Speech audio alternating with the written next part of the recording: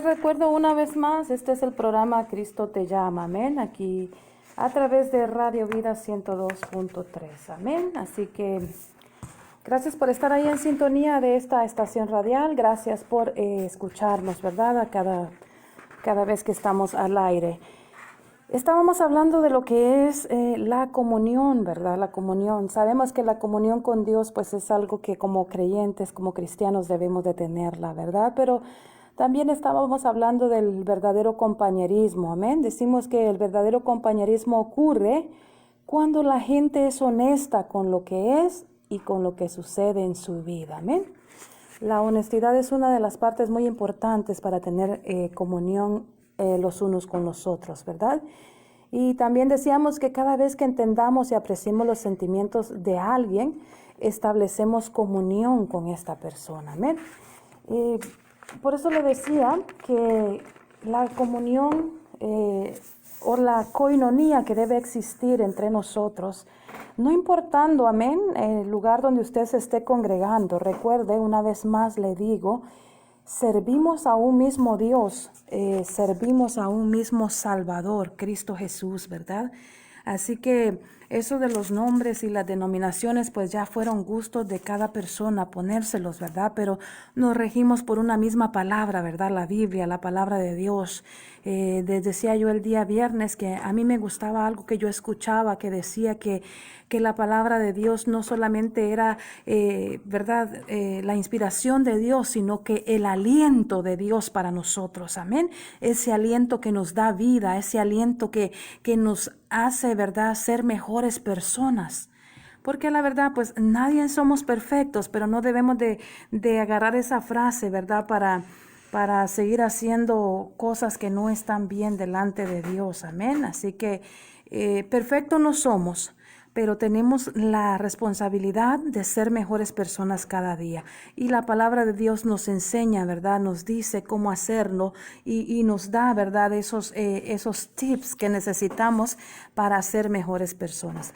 Pero estamos hablando acerca de lo que es la comunión entre hermanos, entre nosotros los que nos decimos ser cristianos, ¿verdad? Tener esa coinonía, esa comunión. Dice la palabra del Señor en el libro de Colosenses, capítulo 3, versículo 15, para glorificar al Padre, a Hijo y Espíritu Santo, dice, y la paz de Dios gobierne en vuestros corazones, a la que asimismo fuisteis llamados en un solo cuerpo, y sed agradecidos, dice, ¿verdad?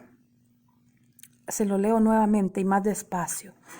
Y la paz de Dios gobierne en vuestros corazones, a la que asimismo fuisteis llamados en un solo cuerpo, y sed agradecidos. La palabra de Cristo more en abundancia en vosotros, enseñándonos y exhortándonos unos a otros en toda sabiduría, cantando con gracia en vuestros corazones al Señor con salmos e himnos y cánticos espirituales. Y todo lo que hacéis, sea de palabra o de hecho, hacedlo todo en el nombre del Señor Jesús, dando gracias a Dios Padre por medio de Él. Amén. Estamos entonces con el tema de la comunión. La comunión, esta palabra surge de la alianza entre las palabras común y unión. Que esto quiere decir que comparten, ¿verdad? Que dos personas comparten, dos o más personas comparten una serie de valores, una serie de ideas, creencias, y lo expresan mediante su trato a los demás. Amén. No podemos, ¿verdad?, decir una cosa con nuestros labios y expresar otra cosa con nuestros hechos. Amén. Comunión, compañerismo. Amén.